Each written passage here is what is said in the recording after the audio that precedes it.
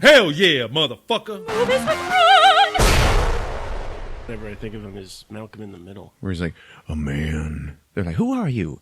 A man. Yeah. Who was going to be a god. I'm going to be liquid shit from now on. I just remember him being on the firing line and being like, Ride, postman! Ride! Oh, yeah. You hear me? Ride! And he's like, shot. We should be recording this. we Oh, are. okay, good. Not all of it, but yeah. All right, Split. Split. Good movie. Don't let the door hit you where the good Lord split you. We've got a little rule. Go split When you make ribs. stories, Yes? coincidence can get you in trouble, but it can never get you out of trouble.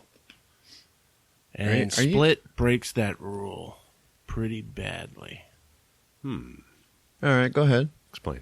I mean, it is a pretty grand coincidence that the one time this guy decides to kidnap 3 girls, that the one of them that we follow till the end has all those scars on her that save her. That required no effort besides coincidence to save her. Okay. First And it got her out of trouble. argument number 1 Yeah. It's breaking that rule. of coincidence. Yeah. Coincidence can only get you in trouble. But every rule has that, like, oh, you can break it if it's fucking amazing. Was it fucking amazing? I don't know. I still like it. Yeah, I it's still cool. like it. It gets a pass. I was just thinking about it. You know? It definitely gets a pass from me. I don't know. I don't find it too amazing that somebody, 1 out of 3 be having a fucked up life. I mean, it's a pretty crazy world right It now. was coincidence. However, You admit that? Was it coincidence? I mean, Or was it fate?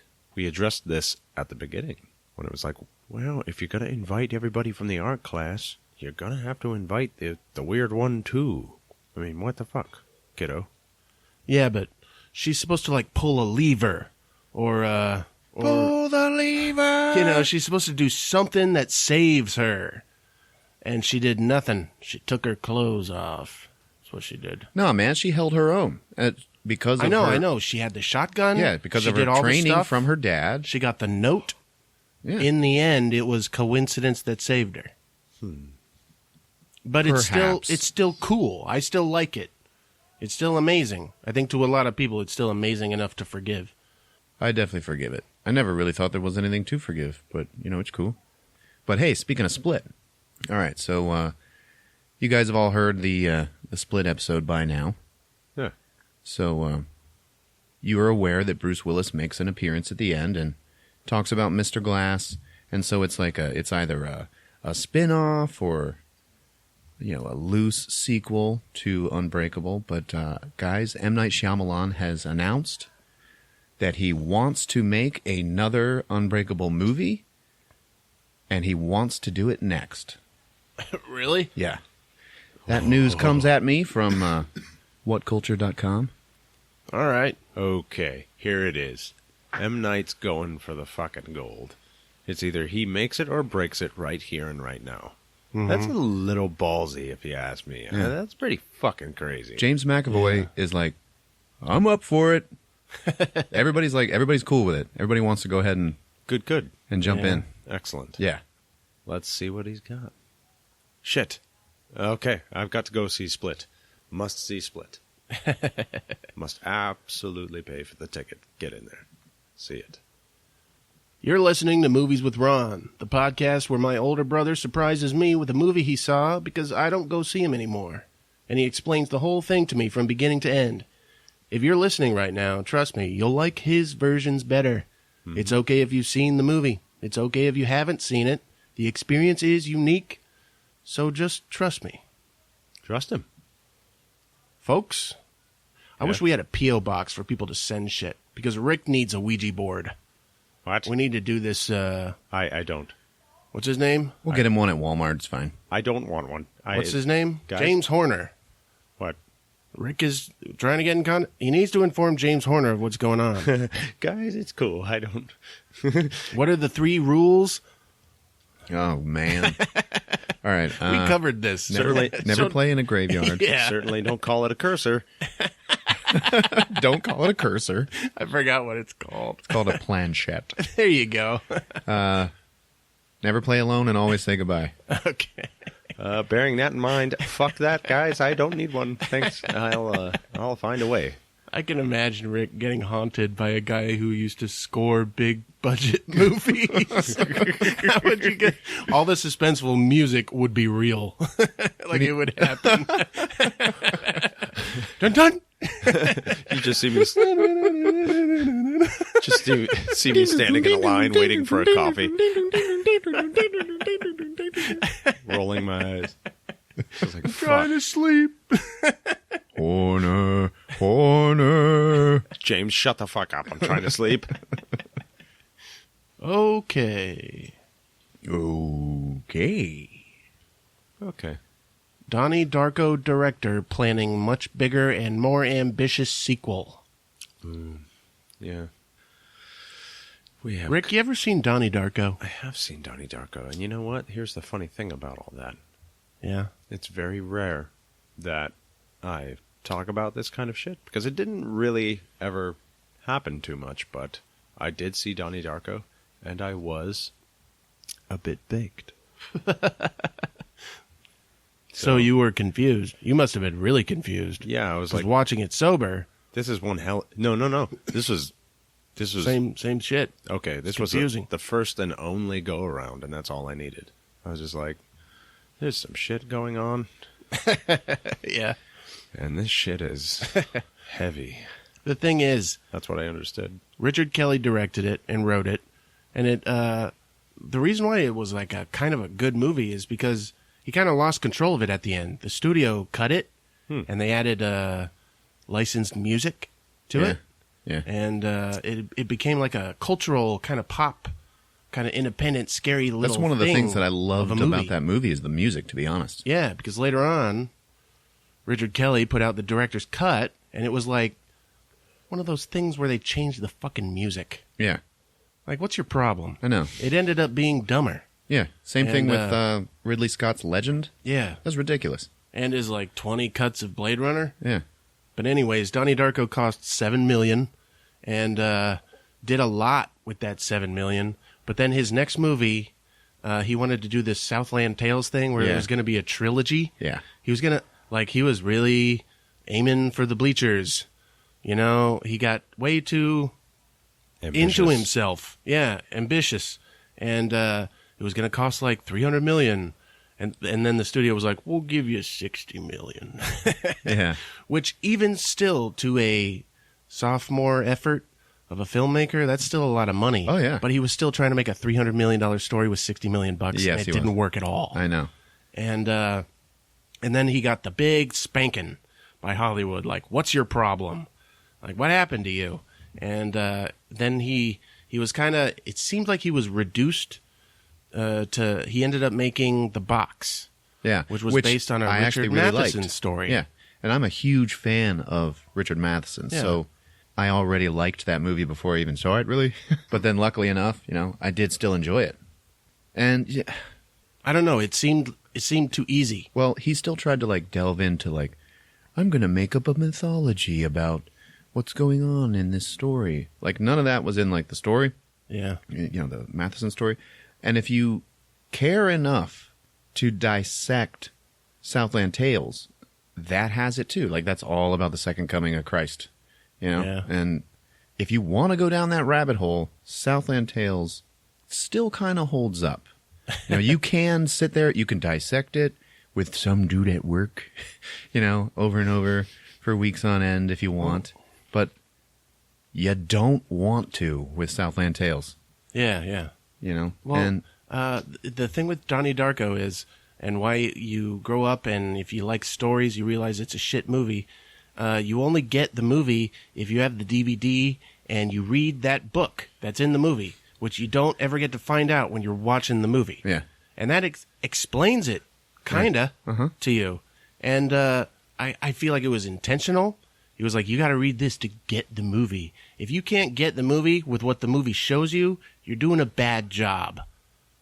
It's not like if you want to like go do other shit to get the story, people are going to play a video game. You can't do that with movies. You show them what you want to show them in the fucking movie. And the thing with Southland Tales is there's like a prequel comic book. Yeah. And you have to read the comic book in order to get the movie. Like, fuck you. If you're making movies, you're spending like millions of dollars. I would rather you just like give it away to charity than try and do something like that. So I feel like he did that shit with his first 2 movies, and Hollywood was like, stay in that corner. You've got 10 stories here. Here's 10 scripts. Pick one. You know, they're not ambitious because we know you're still talented. And he was like, oh, the box. Oh, Richard Matheson. Yeah. And he was like limited. You know, it kind of closed in his freedom. Yeah. You know, which is good because it was all getting to his head. And now he's doing it again. Donnie Darko 2, but more ambitious. It's got to be bigger. Like, fuck you. Yeah. What are you doing? What are you doing? I know. All right, we stayed on this long enough. Donnie Darko 2. Hey, Passengers bombed. I Why know. did it bomb? Huh? No. Because it doesn't have any aliens or crazy people. My first, I was trying to figure that out, and I heard that Jennifer Lawrence wrote a letter to Donald Trump, which was political, and that's why nobody went to see it. I don't know. That's not interesting to me, but It is to me. what matters to me is something happened to me because I wanted Passengers to be really good, and what turned me off was what I think turned a lot of people off was Chris Pratt had to choose to wake her up. It couldn't. That's the way the story happened. It all stemmed from that, and it ended up being like a rom-com where she found out, oh, he betrayed her, and is like, oh, but they gotta repair a hole. Yeah, he let her down, and then he has to fix it. And then they fall in love from repairing the hole. And, But the hole was actually in their relationship. I don't know. You could have done a different movie. You could have done like a... Whoa, Charlie. Am I being attacked? No. I'm attacking I think so. You're Chris right. Pratt, really. Absolutely. Are we talking about Chris Pratt or Chris Pratt's Chris character? Pratt is a creep. When he wakes her up, he is forever a creep after that. What do you mean?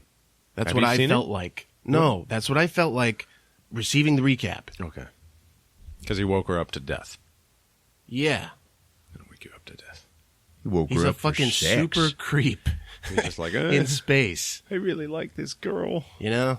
I want her And- to be animated.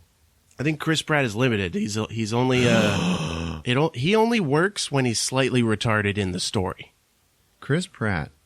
Like I think Guardians of the Galaxy uses it to its fullest potential. It does. Because it's basically like Andy Dwyer in space, kind of. Everything he's in, he's Andy Dwyer. I don't think so. I think Jurassic World and Passengers, he's trying to be like Harrison Ford. Oh, he's trying to be an actor? Yeah. Yeah. And when you try and do that and you're vulnerable that way, and then you're in this movie and you just become a creep, like you make such a creepy decision when they could have had it where both of them wake up, you know, and you could have had a story of them figuring shit out. Right. What if this is an allegory for porn? Passengers? Here you go. You got this one guy. He's alone. He's on his own. Uh-huh. He's kind of a loser. Yeah. Doesn't have access to a lot of stuff. There's probably plenty of porn on Oh, that. yeah, that's probably like the greatest porn ever. I.e., the captain's brig and all that shit. Like Even that, if blah, you're blah, blah. the basic membership. But You could have had it where he could only get the basic porn with his membership, and then when he wakes Jennifer Lawrence up, he gets unlimited access to all the porn, and then he ends up preferring that over her, and then it ends up being like a porn addiction story, but in space. it is a porn addiction story. He has to fill the hole. Oh, is that what made you think of it? They got to No. repair the hole? No, not at all. They got to plug the hole. No, what I was thinking of is it's just like, here's this guy who's completely alone, and he has no access to anybody, but he sees this one woman that he can't touch, can't see, can't, view anything of, aside from her sleeping. So in somebody's mind's eye, wakes her up, and gets to spend time with her and get to know her. And it's like bringing life, sad life, to a porn addict. So what Chris Pratt was really doing is I'm finally going to do it. I'm going to click on that pop-up of the girl looking at me saying, Yeah. "Wanna fuck me now?" See? Creepy dude. That's what I thought when you said creepy. I was like, yeah. Chris Pratt hasn't There was established some- enough trust There may be some creepiness in the there. world to make a decision like that. Chris Pratt. All right. I love him. I love him. Fuck you. Dude, I love him too. But I only love him in Parks and Rec and Guardians of the Galaxy. Yeah, but those are what, like, makes it so I can't not love him in anything else, you know? True, but If I hear Chris Pratt's in it, I'm like, cool. What about that Vince Vaughn movie where he played his lawyer? yeah, he was pretty good in that. Thanks for bringing that up. That was great. I need to make that my recommendation one of these weeks. Fat Pratt. There's a new movie coming out on Netflix. I don't know, man. They're doing some cool shit, and I'm excited. It's All right. called I Don't Feel at Home in This World Anymore. Oh, I'm pretty sure that was written for you. No. The main character is the chick from 2.5 Men who lived downstairs, and she was trying to like get all creepy with Charlie Sheen. Yeah. Her house gets robbed, and Elijah Wood is her neighbor, and they Great. team up to find the robbers. And it looks fucking. It like becomes bloody and like thrilling. Really? Yeah, and Elijah Wood is like fucking redneck, fucking child molester looking like neighbor. Yeah. He's like, because I saw Elijah Wood in that show where he imagines the dog. Yeah. And then I saw him in the first person view slasher movie. Uh-huh. And I liked him. What was that called? Maniac? Yeah, Maniac. Yeah, he looks for cool shit to do. He does look for cool stuff to do. I do like that about him. This movie looks good. Check out the trailer. I don't feel at home in this world anymore. All right, Oscars are coming out. We're like a movie podcast. We're doing anything with Oscars. Nope. Okay. Hell or High Water is nominated for Best Picture. God. I rented it today. Oh, man. It's a good movie. Yeah. Yeah. I was hoping for another Hell or High Water tonight, to be honest. Didn't quite get it, but it's still good. We got a tweet from Dennis Janssen over in Amsterdam. And he said that he had just watched The Accountant, and while he did enjoy it, he liked our episode much better. Whoa, Dennis. I thoroughly loved that film. Actually, after the podcast, I had to go and see it. Had to go. Because the podcast was that good. A lot of people don't like that movie, I'm sorry. but I they do. all love the episode. I agree with them. I think the podcast is better. Dennis, I'm with you. The podcast inspired me. I had to make the trek to the theater, go see it. I keep telling myself to do that with some of these movies, but I still don't. That's why I like doing the podcast. But you know what? The last time you did that was Ghostbusters. But you know what? That wouldn't have happened without the podcast. So, Dennis, yes, absolutely. Ron, good job. Loved it. Thanks, man. I gotta recommend a movie from 1995. Man, I like doing all these 90s movies. 4 Rooms. All right. Oh, yes. Ron, you introduced me to this movie. Oh, yeah? Yeah. It's one of those Robert Rodriguez, Quentin Tarantino things. Mm-hmm. From back when they were a thing. Yeah. Yeah. It's Tim Roth. The one and only. Yeah. At his peak, he'd never looked better than in 4 Rooms. He wears this like bellhop uniform through the whole thing. Yeah. And it's like a short film kind of anthology setup, but all 4 stories take place in the hotel, and Ted, the bellhop, is like pretty heavily involved in all 4 of them. Yeah. So you're kind of like just following Ted, and fucking hilarious. Yeah, man. Like the first story is, I don't know, it's like the female part. There's witches. Yeah, He the has to, Madonna like, part. He Yeah. has to like get in a cauldron or something. That was a And, little boring. It was the sexy part. What I'm was try- the second one? I don't know what order they took place in. There was the one with the witches. There was the Antonio Banderas one. Then there was the You Fuck My Wife? Yeah, it was that. Okay, yeah. Yeah. And then there was The Bruce Willis one at the end. Yeah, the Bruce Willis one at the end. But there was more than just 4 rooms. There was the lobby. And the lobby kind of had its own character at a certain point. Yeah. When he called up his boss and he was like, hello, can I speak to Sarah? Yeah. Or somebody? Yeah. And then when he got her on the line, he's like, look here. I've been fucking stabbed in the leg with a fucking needle, infected with God knows what. And he like goes straight up Cockney. Yeah. Fucking Tim Roth. He just like drops it. That's fantastic. My favorite room was the Antonio Banderas one, where like the 2 kids, he has to babysit them, and as soon as his parents leave, like the little kid's like smoking, and like Tim Roth just like he's all mean to them. Like the kid, he sees the kid smoking, and he just slaps the shit out of that kid. He doesn't like lick the cigarette out of his mouth. He just slaps the kid in the head, and like they find this dead hooker in the bed. Yeah, they lift up the mattress. There's a fucking dead hooker. Like, and the second Tim Roth lays eyes on the dead hooker, he immediately vomits at the same time he's yelling out like, Jesus Christ! So he's like all like gurgling it out. Jesus Christ! fucking vomit, like spray it. There's like food pieces. It's like, oh, Jesus. He's on the phone. He's like, there's a dead whore. Don't call her that. Don't call her that. The son like lights up his cigarette and immediately turns on the TV, and it's like a sexy girl dancing on the TV. Oh God. Okay, don't give the 4th one away. It has a good little ending touch, which is so like abrupt. But yeah, 4 Rooms from 1995. Watch it. All right. Resident Evil, the final chapter. Yeah. I could have gone to see that tonight. Yeah, Rick, we had an idea. Other podcasts sometimes do commentaries. I thought we'd just do it for this one when it comes out on video.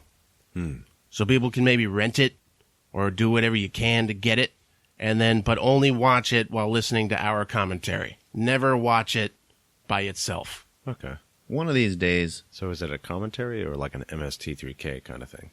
Yeah, it can be whatever you want it to be. Yeah, both. Whatever you want it to be, baby. So I was talking to Heather, and I was like, hey, so this weekend it's either Gold or it's Resident Evil. What do you want to go see? And she was like, Resident Evil? And I was like, what? And she was like, no, I'm sorry. I've always enjoyed those movies, and I was just like, are you kidding me? Oh, my God. I couldn't believe it. And she was like, yeah, I love Kate Beckinsale. And I was like, oh, whoo. Is she just got the wrong name? Yeah. She just thought I was talking about the Underworld movies. Because that's still out. Yeah, there is one of those out. Yeah. And as soon as she realized, she was like, okay, yeah, no. Okay.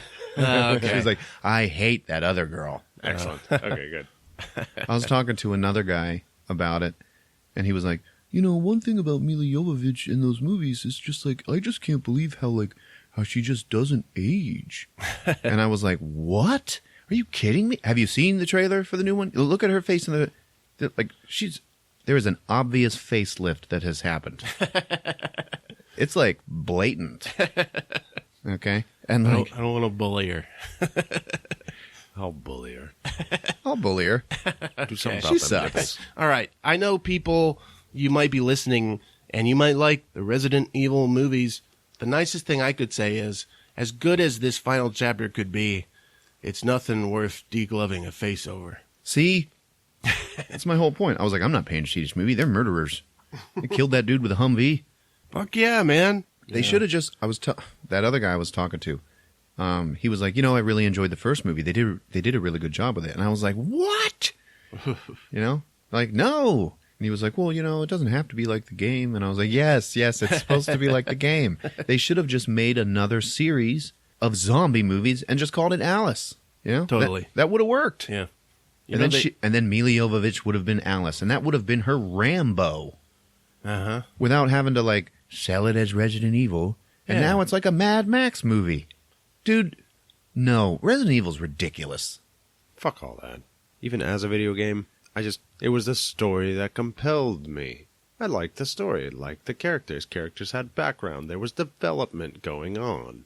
It was just the franchise was started back when you were able to butcher our already established mythologies. You're not allowed to do that nowadays. So it's just we've seen the end of 15 years of them being able to do that. So fuck them. You bullshit. Okay, guys, check this shit out. You can go onto YouTube. If there is a video game that has a really good story, you can view it as a movie. Yeah, I don't really play games anymore. Every once in a while, I'll watch a playthrough if I am curious about it. Yes, it saves me all kinds of money And like a lot and of time. times. Yeah, right. Yeah. And a lot of times they'll skip through some of the gameplay to actually get to the story. Yeah, it's way better when they do that. Mm-hmm. Yeah. Check it out, guys. Get behind the scenes. Try and find that little emerald of gold. Emerald of gold. Try and find that little nugget of gold there out on Start again. Check it out, guys. Try and find that little nugget of gold out there on YouTube. That is the video games stories. Herman Cain, remember him when he tried to run for president 8 years ago? Herman Cain, black guy, Republican. Okay. He has this show on NPR, and when we have our in the news, you know what he calls his? News nugget. All right, what'd you go see? I went to see Gold. Speaking of nuggets. Yeah, all right. Anything happened in the theater? The line to get into the theater for some reason was out the door. Oh, really? Whoa. And me and Heather showed up a little late. So I was like, hey, because when I told her we were going to see Gold, she was like, oh, okay. I was like, hey, since this is a movie you don't care about, I'm going to go sit down. You can get the popcorn. And she was like, yeah, okay. And I just went and sat down. But then later she was like, yeah, because I gave her my Prestige pass. Uh-huh. She was like, the line for popcorn the whole thing was filled up. But the Prestige line was totally empty. And I walked right to the front, and I had no problem. Immediately, this one guy was like, excuse me, ma'am? Nice. Yeah. All right. I was like, it's because she's so good looking.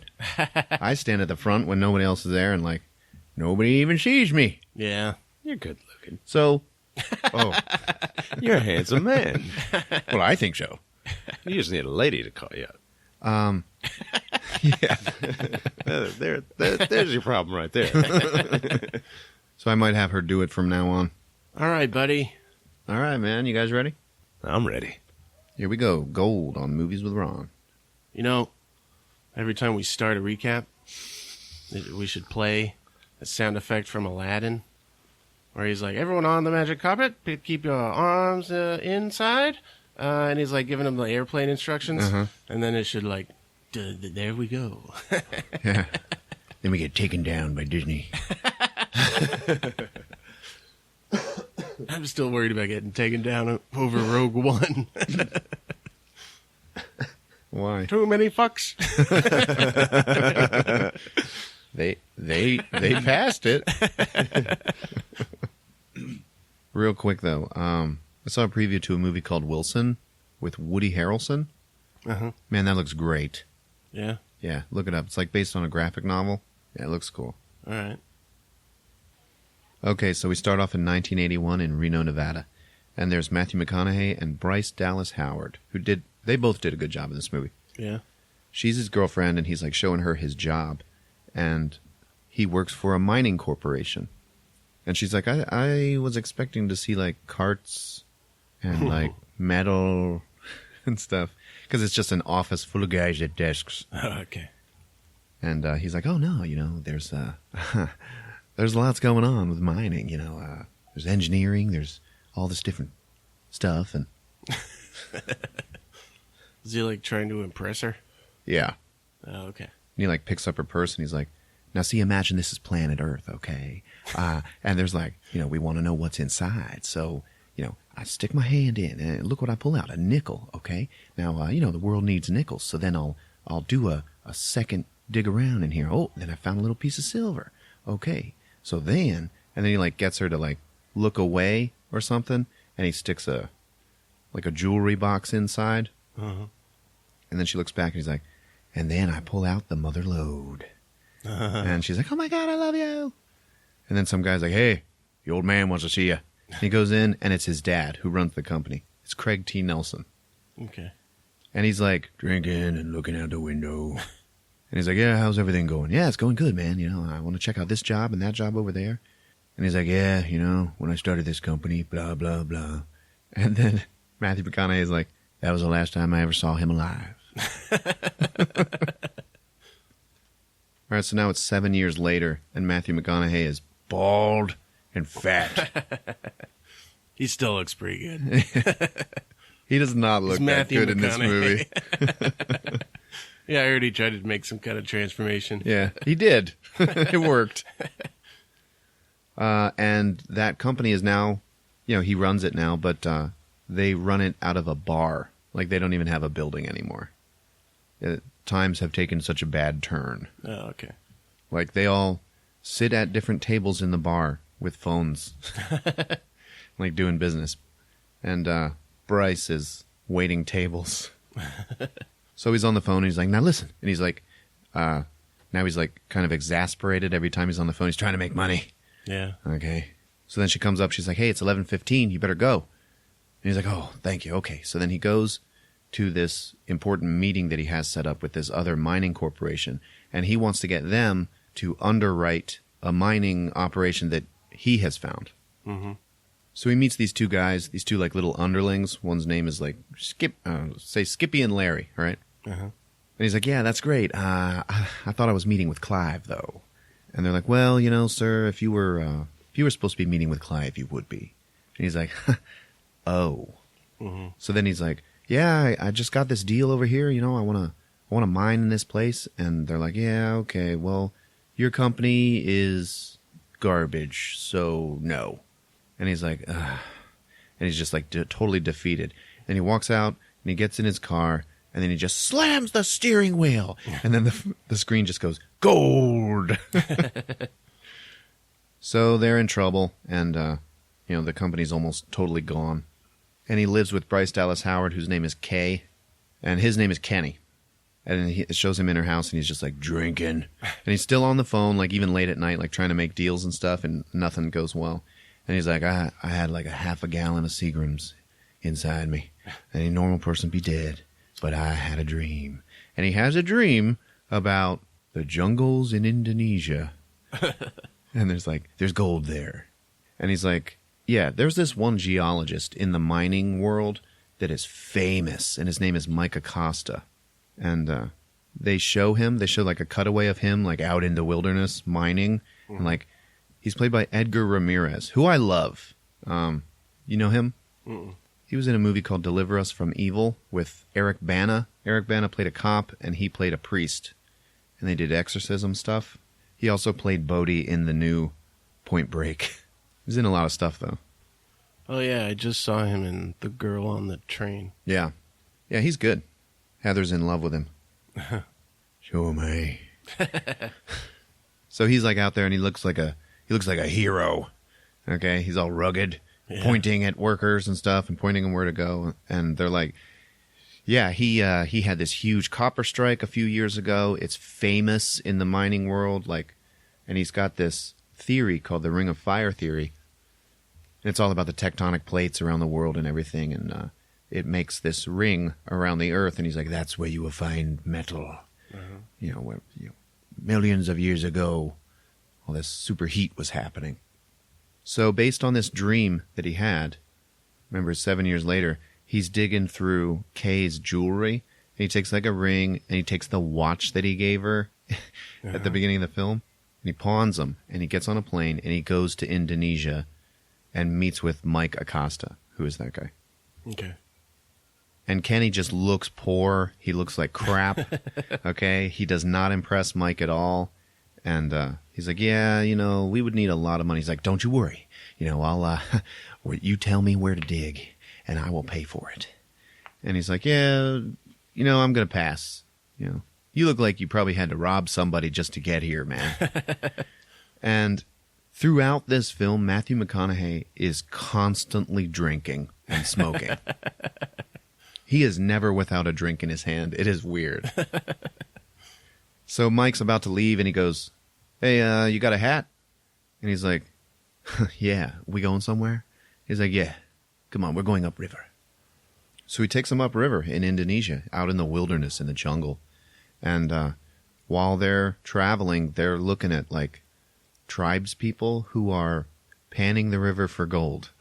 Mm-hmm. And he's like, yeah, this river is called whatever, whatever, and that means gold up river. So there is gold here. So he takes him on this big trek through the jungle, and they're like climbing mountains and stuff, and Matthew McConaughey is not doing well because he's like so fat and winded. He takes him into this clearing, and he sees the landscape of this uncharted area, and he's like, oh my God, it's my dream. So then they're drinking later. Matthew McConaughey's drunk, and he's like scribbling stuff down on a paper, and he gives it to Mike, and it's a napkin, and he's like, well, what's this? He's like, it's a contract. Sign it. And he's like, okay. So he signs it, and he goes to hand it back to him, and Kenny is like, keep it. So it's like a big sign of trust. Yeah. And then they just shake hands. So now they're going to do it. Going to go into business. And it shows him out there, and Mike, like, picks the spot, and he, like, puts a stake down. Like, this is it. This is where we're going to dig. So then back in America, Washoe Mining, which is his company, they're in the bar, and they are, like, selling buy-ins for this gold mine. Yeah, we got Mike Acosta. He's in such and such right now looking at coring equipment, and everybody is going to be so rich. And they raised like $200,000 for him. Wow. So he's on the phone with Mike, and he's like, yeah, hey, we got $200,000, man. And he's like, well, that's not enough. He's like, come on now. Can you make it work? And he's like, I can make anything work. And then Kenny turns around and he's like, we're digging! And everybody's all happy. And Mike's like, hey, do you work out of a bar, Kenny? He's like, yeah, man, just trying to save some money, trying to make $1 holla. So then there's a big old drilling montage. And it's all like happy and triumphant.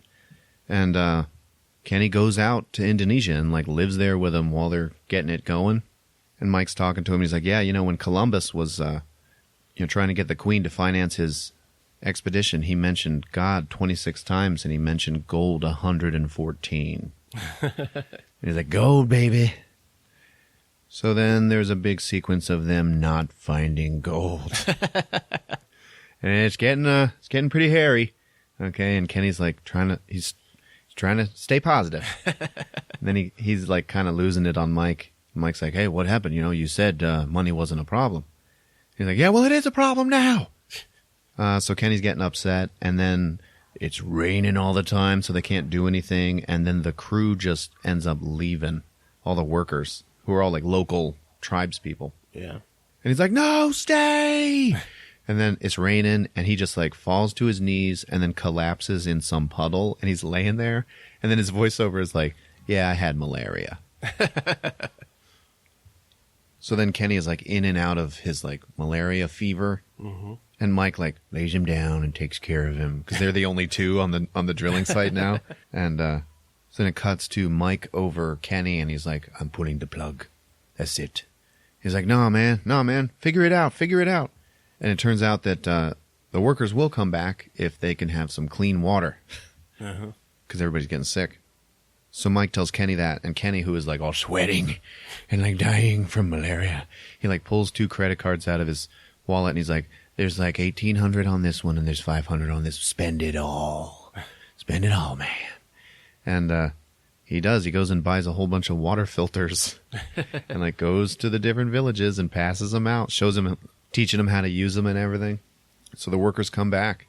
So then some weeks later, Kenny wakes up from his fever, and he's okay. And Mike is sitting over him, and he's like, hey, have you been here the whole time? He's like, yeah, no, I've been working. We ended up pulling 17 more cores, and it's not good, man. And Kenny's like, oh, God. And then Mike goes, it's actually great. He's like, what? What are you talking about? He's like, yeah, we have an eighth of an ounce per ton, an eighth of an ounce per gold in every ton of dirt, based on the core samples. And he's like, what? That's huge. Oh my God. We got a gold mine. We got a gold mine. He's like, we got a gold mine. We got a gold mine. And for like, one of maybe 17 times in this whole movie, like Matthew McConaughey is just like jumping around in his tighty whitey underwear. This is in the 80s, He's like hugging him and it's all weird. So then they go back to America and they are a huge success. And we start getting like the upshot of the story, the rise of him. And McConaughey's like, the ride had begun. So it shows him like showing Kay like this area of property where they're going to build their house and everything. And she's like, oh my God, I love you. So like, she's sticking with him. She's the one who's been by him and he's going to take care of her. So then apparently there's a magazine called Gold Digger Magazine that wants to interview him. And because of that, he gains the attention of Clive from the company that said no to him in the beginning of the film. Yeah. And he's in there talking to Clive, who is Stacy Keach, and then Skippy and Larry.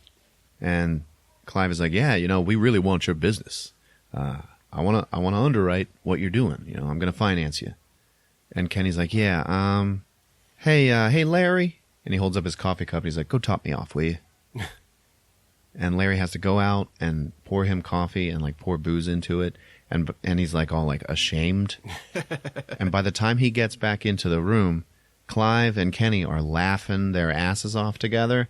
And then Clive just turns around to Larry and goes, Larry, Kenny has decided to give us his business on one condition. And Kenny's like looking at him.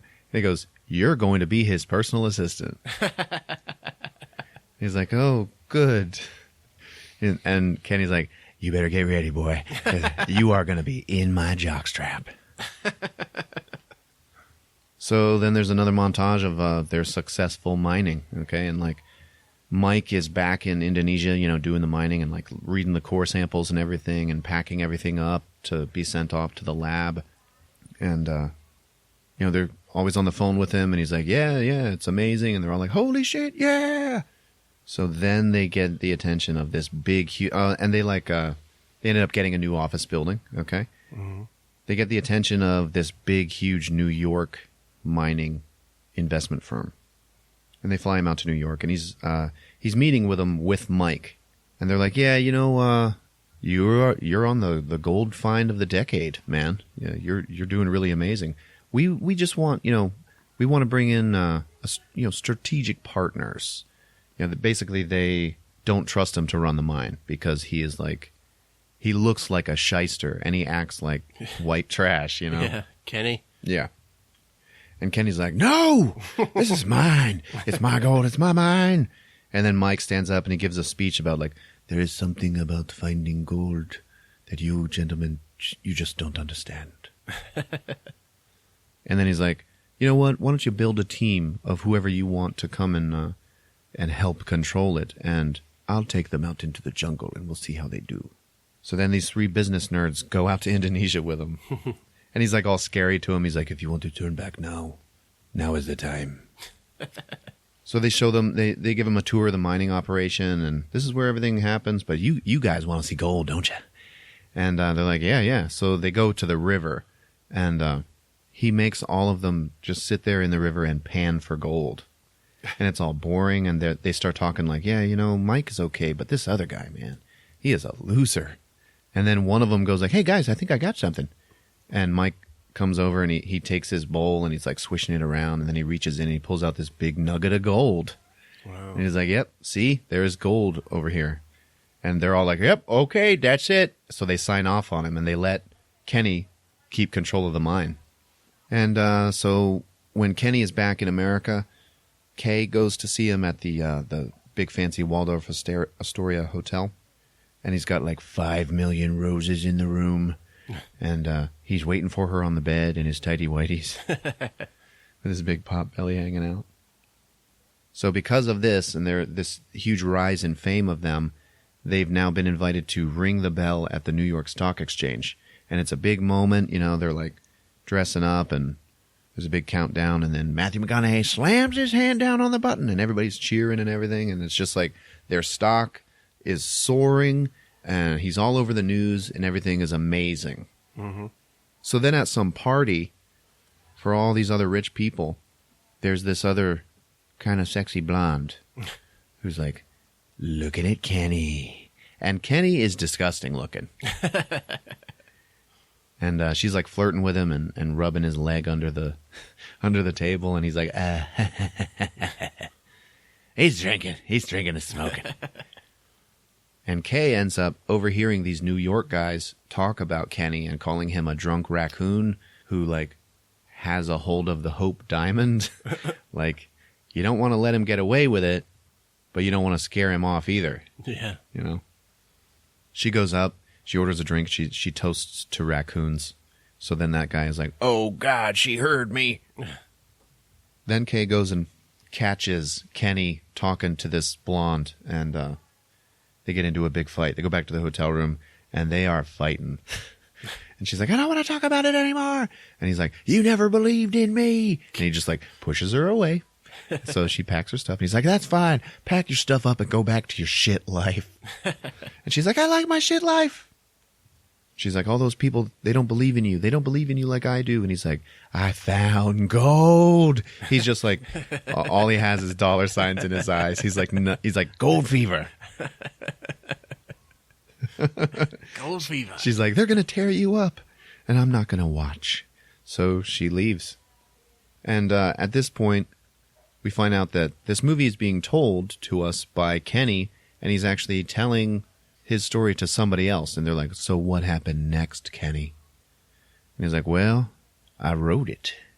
And he's just like enjoying his success, and now he doesn't have Kay hanging around his neck. Yeah. And he's at parties and stuff. He ends up in a hot tub with that blonde. And they're about to get it on when this guy comes up. And his name is Mark Hancock. And he's like this huge gold magnate of planet Earth. Nobody controls more gold than him. Uh-huh. And Kenny gets out of the hot tub. And he's like, oh, man. Yeah, it's an honor to meet you. And he's like, yeah. And he's like, he's talking to the blonde. Nobody controls more gold than this guy. And then that guy's like, well, not anymore. And Kenny's like, so this is how this happens, huh? He's like, yep, this is how. And then the camera pans back, and you see that Kenny's just naked, standing in front of him. With his big fat butt. And there's like a bruise on it. So I guess that guy, Mark Hancock, is he's flying him somewhere else to go and have a big meeting. And in the helicopter, you can see that Kenny and the blonde are fucking. Mm-hmm. So then it turns out that Hancock wants to take over the mine, and that New York firm that's in business with them now, they're like, yeah, we really like this deal. We're going to go ahead and sell him the mine, and you're going to have like $300 million. And Kenny turns it down because they took his name off of the mine, and he's like, no, this is my mine. I'm not going to say no to it. No way. So he like storms out, okay? And the whole boardroom is like sitting there waiting. And Kenny's like, you see these hands here? Okay, these hands, they've dug through the earth to find the gold that I found. And with these hands, I will bury you. And the New York guy's like, oh man, seriously? You're saying no? Like, you're never going to have to worry about money again, like ever. Or anyone in your family, like your grandchildren's children. Seriously, man. And he's like, fuck you! And he leaves. And then that guy, Mark Hancock, is like, I almost respect this man. And that was the whole thing, is it wasn't going to be a Washoe mine anymore. Because if they did that, his name is off of it, that big guy would have control of it, and it would be a Newport mine. So then all of a sudden, in Indonesia, the Indonesian military shows up and takes control of the mine and takes it away from them and makes everybody leave. They lock them out. Yeah. So Mike calls Kenny, and he's like, yeah, what the hell's going on here, man? And he's like, well, they can't do this. They can't do this. He's like, wait, what did you say at the meeting? You agreed to sell, right? And he's like, well, no. I said no. They were going to take our names off of it, man. And he's like, you moron. So that guy, Mark Hancock, just went to the Indonesian government, who he's like friends with, the president. And he was like, could you do me a favor and pull their permits? And they were like, yep. So they just totally robbed them of the mining rights. Oh, wow. So now they're totally screwed. So now there's a little montage of the downward spiral. Okay, now Kenny is drunk, and he calls Kay, and he's talking to her in the answering machine. And he's like, I screwed up. Okay, I screwed up, and you were right again. I'm sorry, I'm not going to bother you anymore. And she was like standing there listening to it and like trying not to cry. So then it cuts to the office of Washoe Mining, and Mike shows up. Yeah, the geologist. And he's like, where is he?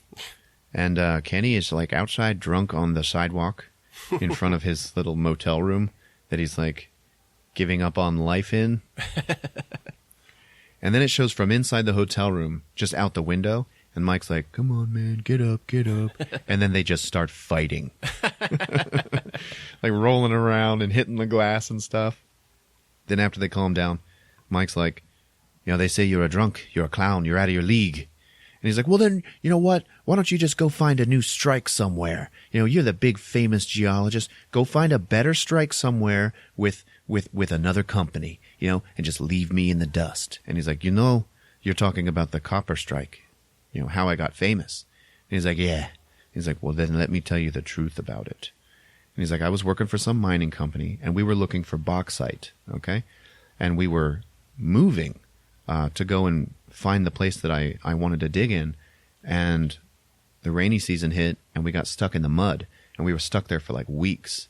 So then in an effort to try to make something out of nothing, I just decided to just tell everybody that this is the spot that I wanted to dig in for the bauxite. And then when we dug, we found copper. Uh-huh. And he's like, wow, so it was all nothing but luck? He's like, yeah, man, I'm not some big genius, okay? And he's like, I totally rode the fame, and acted. I told everybody that this was my plan. Mm-hmm. And he's like, wow, so you were looking for bauxite and you found copper. And he's like, yeah. And then Kenny goes, and I was looking for gold, and I found a friend. And you're like, what? And then Mike goes, he looks at me, he's like, that is like the stupidest thing anybody's ever said. And then Kenny's just like, all right, man. Well, you got a plan? I know you always got a plan. And it turns out Mike indeed had a plan. And he's like, okay, so the president of Indonesia, okay, yep, he's famous and he's best friends with Mark Hancock, but he's got 2 sons, and one of them is a complete loser, okay? And the president is always trying to get his son to, be successful, and he's just a total screw-up. Uh-huh. So here's what we're going to do. We're going to go over there. We're going to make friends with him. We're going to turn him into a businessman. We're going to make him a partner in our mining operation, and he is going to get his father to give us back the rights. Okay. So it shows them over there, and they're schmoozing with him and stuff, and they rented a Cadillac to drive him around in, and they're all drinking and laughing, and it's working. And they're having a great time. And then by the end of the night, they're all drunk, and they're going back home to his house, his big rich mansion. And he's like, okay, check it out. The kid is like, so we have a deal, okay? We'll have an 85-15 split. Okay, if you have the balls. And they're like, well, what are you talking about? He's like, and he points at this cage or whatever, and if Matthew McConaughey has the balls to go inside and touch a tiger, he'll do the deal with them. And it'll be an 85-15 split. So then we got that scene. It's in the previews, and he walks in, and there's a tiger walking around inside this cage, in the trees and stuff. And he's all sweating, and he's getting all worried and everything. And then there's the tiger. And it's growling at him and everything. And then he's just like, oh, hang on now, hang on. So he puts his hand out, and then the tiger just stays where it is. And he pats it on the head, and he's like, I'm touching a tiger. Oh my God. And so it's yeah, 85-15, baby. We're back in business. Cuts to New York, to the guy that offered him the $300 million. And his boss is like, yeah, hey, come on inside. So they're back in business, right? He's like, what are you talking about? Yeah, they totally they cut a deal with the guy's son, okay, the president's son. So your little plan there, it failed. Yeah. And he's like, oh, well, then an 85-15 split, you know, so Washoe gets 15 and the Indonesian government gets 85% of the gold in that mine. That's a horrible deal. And then his boss is like, yeah, well, what's 15% of 300 million? And he's like, oh. And he's like, don't worry, man. You'll land on your feet. So he fired him. So now Washoe Mining, they're all celebrating in their bar, and Clive walks up to him. Also, throughout the film so far, Larry has still been hanging around Kenny. He's like part of the company now. Yeah. He has become Kenny's right-hand man. Who is that? He's the guy that wanted to expose Bruce Wayne's identity in Oh, okay. one of those Dark Knight. Yeah. So Clive's like, yeah, you know, the mining world is going to honor you with the golden pickaxe. You've just become the most famous miner in the world, Kenny. And he's like, oh my God.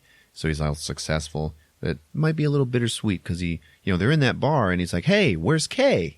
You know, I wanted to see her. And the bartender's like, yeah, she got a promotion at the store, so she had to quit here. And he's like, oh. So he finds out about his nomination or his winning of the award, and he runs off to go find her at this furniture store that she works at. And he brought her a present, which is some fabric from Indonesia. And he goes into the store and he sees her talking to some dude, and she's like got her hand on his arm, and they're obviously flirting. So he gets pissed off and he leaves. He drives to her house, and then he just throws the fabric at her front door. And then another present he had, he just like tosses it into the lawn and leaves. So then it cuts to Mike, and Kenny, and they're putting on their tuxes, and he's going to go give his speech and accept his award. And he kind of practices his speech for Mike, and Mike's like, yeah, no, it's good, man, it's good. So then he's got this golden pickaxe award in his hand, and he's on the podium, and he gives the speech, and he's like, what is a prospector? It's somebody who believes. It's somebody who knows it's out there, and they don't give up. And it's, supposed to be the inspiring part of the movie. And during it, he's getting flashbacks of all the hard times that they had. Yeah. And also the good times that just like he and Mike had out in the jungle. And during the speech, Mike just like gets up and he like walks to the back of the room, and he stops at the door, and he's like looking at Kenny, and Kenny's still talking and giving his speech, and he sees Mike, and then he's like smiling at him, and Mike just like smiles and nods and then leaves. So then everybody in the mining company, along with Clive, they're all in Reno, and they're celebrating and gambling and stuff. And then it cuts to the next morning, and Kenny's in his hotel room, and he's all hungover, and the phone's ringing, and he picks it up. He's like, what? What do you mean? Oh my God, okay. All right, I'm on my way. And he gets to their office building, and all these employees, and then also maybe investors, they're just a huge crowd mob outside of the mining company. Yeah. And they're like hitting his car and like, what's going on? What's going on? What happened, Kenny? What happened? And everybody's like, oh my God, Kenny, what's going on? Fix it, Kenny, fix it, Kenny. He's like, what the hell's going on? I don't know, you guys. And then this other dude just walks up to him and punches him. And then there's like news stories. And it turns out there is no gold in their mine. And they're like, yeah, the Indonesian government, they took their own samples after we made this deal with them, that they could have 85% of what was going on. Mm-hmm. They were testing their own core samples, and they could not replicate Mike's findings. And he's like, what? And as a way to explain to us what's going on, we see a segment on the news where this guy is talking, and he's like, yeah, it's called salting your rock samples. And all you do is you just take a little bit of gold dust and you sprinkle it into the crushed up rock, and then you give it to a lab, and then you have them test it, and they're like, oh, there's gold in your samples. Yeah. Okay. And they're picking up nuggets of gold that are from their mine, and they're like, look at how worn it is around the edges. Okay. This is river gold that has been, kicked around in the water over time. So what their gold should look like is all flaky and sharp like this. And everybody's like, well, how was that missed? And the guy's like, I don't think anybody cared, because they were so rich. So now they're like, yeah, there never was any gold in the mine. Mike was faking it the whole time. And it turned out that, Oh, wow. yeah, that when he was off giving everybody water filters, he was actually trading them for river gold. Because all those villagers, they panned the river all the time. So they had like little nuggets of gold everywhere. Oh, okay. And they would just trade with it. So that's what he was crushing up and using to salt their core samples. Oh. So he was lying, right? And they're like, Mike Acosta has disappeared. No one can find him. Also, just before he disappeared, he dumped a whole bunch of stock and made off with all this money. And he's like, well, how much money? It's like $164 million. And it's all been transferred into offshore accounts and stuff. So it's gone. And Kenny's like, oh my God. He's like totally betrayed by him. Wow. And he's looking at his own employees. He's like, tell me you sold some stock. I told you to set some money aside for yourself. Did you sell some stock? And they're like, no, man, we thought it was just going to keep going up. So everybody is broke. Oh. And then the FBI raids Washoe Mining. And they're like, stand away from your desks. So then it cuts to Kenny being interviewed outside. And they're like, what's going on? And he's like, I had no idea that this was happening, you guys. I had no idea, you guys. And he's like, I'm just so sorry. I'm so sorry to everybody who lost money and everything. And he looks in the camera and he's like, Mikey, come on in, man. What happened, Mike? What happened, man? And then it cuts to him like driving around and people are recognizing him and screaming at him. And then he goes back into his hotel. And the front desk lady is like, sir, when do you think you're going to be leaving us? And he's like, pretty soon here, a couple of days. And she's like, well, we just need to talk about your bills, sir. Because it's obvious that he has no money. Yeah. And he's like, yeah, you know what? I'll be right back down and we'll settle up. And he goes into his hotel room and then the FBI is in there waiting for him. And the main guy is like, sit down. And he turns on a tape recorder. And he's like, so how did you meet Mike Acosta? And now we're brought up to current. Thus far, he's been telling him his story. Yeah. They're like, yeah, you're probably never going to see Mike Acosta ever again. He's like, well, what do you mean? And he's like, well, yeah, he disappeared, but we found out a few things. It turns out that when he was back in Indonesia, he was locked out of the laboratories. So then he tried to run and go back to wherever you found him first, and he was stopped at the airport and detained by the military. So one of two things happened. Either, he was taken into custody or he bribed an officer. But either way, he was on a military helicopter. Okay, and they flew him out over the river, and like they're showing this as it's being said. Uh-huh. And then Mike Acosta took a header right out of the helicopter, and was either pushed or like told to jump, because it just shows like him sitting in the chopper with all these other like military guys, and one of them just like reaches over and undoes his seatbelt and then sits back and like I guess like lets him make the decision.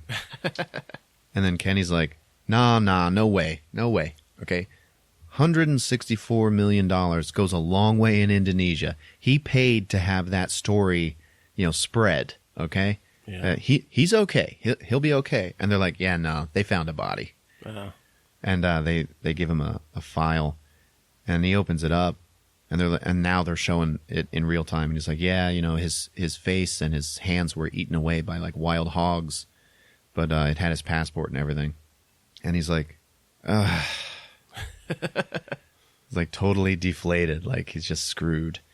So, and it also turns out that the president's son also dumped a whole ton of stock as well. So it's like they were working together. Oh, okay. So either way, Mike Acosta is dead and gone. So the FBI's only question remains, did you know about all this, Kenny? Like, were you a part of this? And he's like, no. He's like, yeah, well, did you make any money off of it? He's like, no. He's like, I'm going to have to sneak past the front desk because I cannot pay my bill. The FBI guy's like, I can't be a party to that information. And then he's like, all right, I'm terminating the interview. And he turns off the tape recorder, and then he just like looks at Kenny, and he's like, Kenny so-and-so? And he's like about to be arrested, right? Yeah. And he's like, you are free to go. And he's like, oh man, how about that? Finally, somebody believes me. And he's like, yeah, well, I wouldn't go too far, don't leave the country or anything like that, because, this might not all be over. So after that, Kenny goes to visit Kay. And he goes inside, and she's like, yeah, I made curtains with the fabric that you threw at my house. He's like, yeah, you look good, And she's like, yeah, you got some mail here a while back, so here you go. It's all just like wrapped up in a rubber band. And he's like, okay. And he's like flipping through it. And then he sees a letter. And there's no return address on it, but it looks weird, like it's traveled a long way. And he opens it up, and inside of it is a napkin folded up. Mm-hmm. And he unfolds it, and for the first time we get to read what it says and what he had written on it to Mike in the very beginning of the film. And it just says, prove 'em all wrong, 50-50, whatever it takes. And then both of them had signed it. Yeah. And then underneath the napkin is a check for $82 million. Oh, wow. And like you can see that it's from like offshore accounts and stuff. So it's like he's probably going to be able to be okay, like get away and use it. Yeah. And then he's like, Mike was still a good guy. Yeah, he still honored the deal from the beginning. Okay. And for all we know, he might still be alive. There's no way to know. Yeah. And so then Kay just like looks at him because he's like smiling and looking at his check. And she goes, what is it? And then he just like looks up at her, and then the credits roll. Nice. So his friendship with Mike was a big thing. Yeah, it turned out to be a real big thing. Yeah, because like you as the viewer, you feel just as betrayed. Yeah. By Mike. We were in this together, man. What's going on? I'd say the big drawback to this film is all of the big, important, dramatic moments that usually make up a rise and fall story, like the part where his girlfriend leaves him, and then the part where his life goes down the tubes. All those big dramatic points, they were all kind of breezed by, like a little too quick and maybe a little too easy. Yeah. Well, good job, man. Thanks. There you have it, guys. Gold on Movies with Ron. Rick, what do you think? Pretty interesting story. Yeah, apparently it's based on a true story. I never did any research, though. All right, people. If you like what you hear, leave us a rating and a review. Hit subscribe. Add us to your favorites. Check us out on Facebook. We got Twitter and Instagram at Movies with Ron. Check us out. It's been fun. All right, love you guys. Take care. Movies with Ron.